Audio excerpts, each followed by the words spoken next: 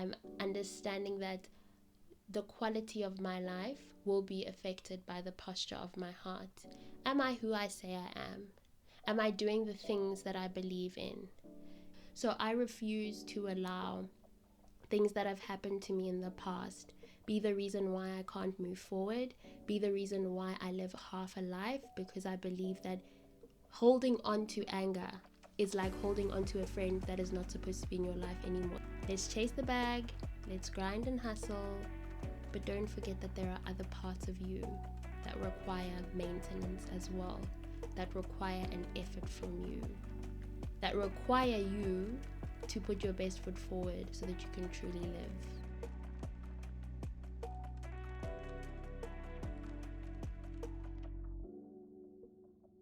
Hi community, welcome to this week's episode of A Cup Full. Thank you so much for joining me. I really appreciate you being here. I hope you're good. I hope you are taking each day as it comes. And don't forget that this is your race, so you are going to, and you are very much allowed to, take it at whichever pace that you feel most comfortable with. No pressure whatsoever. So, in this week's episode, I just want to remind you, I want us to get into really living through the grind, living through the hustle, being completely present in your life, even though you are working hard to do well for yourself, to succeed. You know, you don't have to just be working and not giving yourself a chance to breathe. It doesn't mean that when you want success, you aren't allowed to really live your life to the fullest. We are here on earth to live, and we're not here to live lives that are half. We are here to live full lives, fulfilled lives. And so I don't think that just because of you are looking for success, that you can't live a life that is full. Just because of you are looking to make something good for yourself and really even create an amazing legacy for future generations, which I think is really good intentions to have. I don't think that should come at the sacrifice of your well-being, of your happiness, of the quality of your life, you know. So in being intentional about creating a good quality of life financially, we should also be intentional about creating a good quality of life spiritually and emotionally, and really just giving ourselves a chance to live fully. What does living fully mean to me, or what does it look like for me? It's taking care of my spiritual being. It's taking care of dealing with myself with kindness and love and compassion. It's really taking each day as it comes. I say it all the time. It's your race, so that means it's your own pace. It's not comparing myself to other people. That's what living a full life means to me. On this journey of succeeding, which is something that I really, really want for myself, I want to succeed. I want a strong and successful and just a full career. I want the fruit of my labor to be evident in that regard. I want to have a strong and comfortable financial quality of life. I don't want to struggle for money. I want to go on holidays whenever I want to go on holidays. I want to do the thing that I believe I'm here to do, the purpose that I believe I'm here to fulfill. I want my life to be a reflection of my heart, of my spiritual health, of what I've learned actually recently is the posture of my heart. I'm understanding that the quality of my life will be affected by the posture of my heart. Am I who I say I am? Am I doing the things that I believe in? Do my actions reflect my words? I think that we need to really be mindful and just understand that being successful, grinding, hustling, it's not enough. I strongly believe that when I say I want to live a full life, I don't just want to have the money. I want to have the physical health. I want to have the emotional health. I want to have the mental health. I want to have the spiritual health. I want it all, and I believe that we can all have it all, but you need to be intentional about it. You need to really pour into yourself, the way I always say we should all be doing on this podcast. I always say on this podcast that we should all be pouring into ourselves. We should find healthy and functional ways at all times to pour into ourselves. Be kinder to yourself, be more compassionate to yourself. The kind of love that you show to other people, show it to yourself. The kind of effort you make with your relationships with other people, that effort with your own relationship, that's important as well. So that's living a full life for me. It's considering that it's not just the money that's going to make things easier for me. Money makes things very easy. I'm not disputing that. Money makes things extremely easy. But when I have the money, I don't want to be selfish and angry and hateful. I want my heart to be open. I want my mind to be open. And so that's going to require me to also make an effort and put in the work on my journey to succeeding financially and material wise. I want my heart to be clear. I want to be happy. I want to really, really be happy.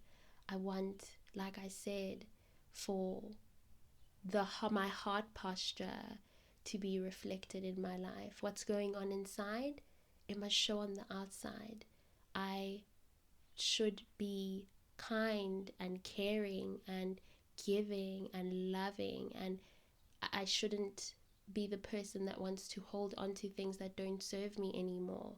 I'm a firm believer that one of the things that affects anyone's quality of life, that can affect my own quality of life, is an inability to release the things that are not meant to be in my life anymore. When I get my money, when I get my bag right, they're all gonna know it's me. I'm gonna make everyone suffer. I have no desire to be like that. People that didn't want to help me when the opportunity arose for them to help me, I simply will not keep them in my heart or keep them close to my heart in that way and allow them to affect the posture of my heart in that way, just because of I'm holding on to anger and I'm holding on to hatred.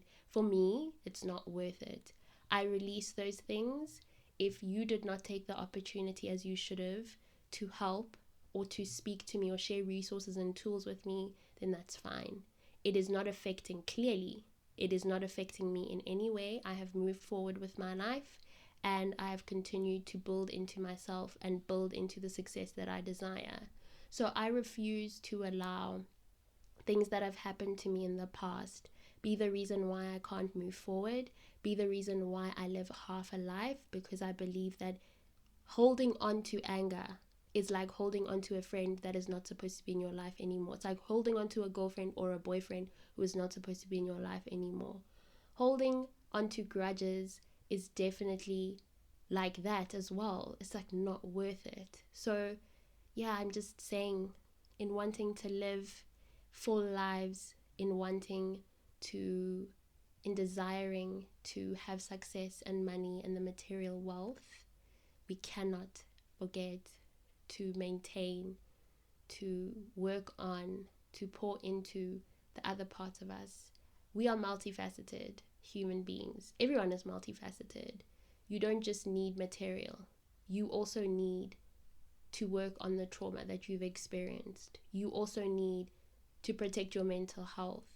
You also need to rest your body so that tomorrow morning you can wake up and go to work and continue hustling and grinding. So don't forget in the process that you have many other needs and not just one. Sure, you want that Louis Vuitton bag. Sure, you want to buy that 5-in-1 expensive serum so that your skin can look like glass. Sure, you want to spend your money on holidays. I do. I want to be able to spend my money on going on holiday. I think that's important. But it's just as important to invest in your well-being, in your inner well-being, going to therapy if that's something you can afford, joining a support group if therapy is not something that necessarily works for you, speaking to somebody that you trust, and that's another thing. In our journeys to success, we also can't forget the importance of community, the importance of the roles that other people will play in our lives. I speak from experience when I say I have not reached the place that I have reached without the help of other people. No one is self-made. We don't get to anywhere without other people's help. Even if it's a person who gives you notes when you're in university, or a colleague who decides to be your mentor, a colleague who's in a much higher position, who's been in a company for much longer. They volunteer to be your mentor. It could be a friend who says to you, come in and stay with me when you don't have somewhere to stay. That's all community in one way or another. So that's another thing that you need to do. Don't be after the material success so much, the hustle, the grind. Don't put it ahead so much that when you get ahead, there's absolutely no one there. There's no one to share it with. There's no one to speak to. You are lonely. And you pretty much have nothing to show. This legacy that you're trying to create, the legacy that you claim you are trying to create, where is it? Where is it? Nomza Mbata said something so important also, another thing. When I'm speaking about community, this reminds me of something that she said that I found to be so important and powerful and impactful. She said that you cannot be the only person in the corner of your world or in your community to, reach certain levels of success or get out of the hood, as we say, and then everybody else who you share a community with or who you share that corner with are still in the same place. They haven't moved, yet you are claiming that you are successful. She was saying that that is not actual success. Success means uplifting one another. It means sharing with each other. It means really working on yourself so that you can see the value in things like community, in things like sharing, in things like really living a full life. So yeah, let's chase the bag, let's grind and hustle, but don't forget that there are other parts of you that require maintenance as well, that require an effort from you, that require you to put your best foot forward so that you can truly live a full and beautiful life. Thank you so much for joining me. This is where we are ending this week's episode. I really appreciate that you were here, that you have reached this point of this episode. Please, please, please don't forget that you can listen to A Cupful on every single listening platform: Spotify, Apple Podcast, Anchor, Google Podcast, Amazon Music. You type it into the Google search box, you are going to find it. So please tell a friend to tell a friend to tell a friend if this is something that they would enjoy, if this is a place that they can find community in. Refer them here, send them here. I think that this is really a wonderful and wholesome space, and it can be very enjoyable as well. There's so much to learn. I've learned so much. I've learned so much. But anyways, I hope that you remember that you are special and important and amazing. And I hope that you have a beautiful remainder of this week. Rest when you need to, work when you need to, hustle and grind, but don't forget that there are other parts to your life that need to be tended to. And most importantly, don't forget to keep doing the things that fill your cup.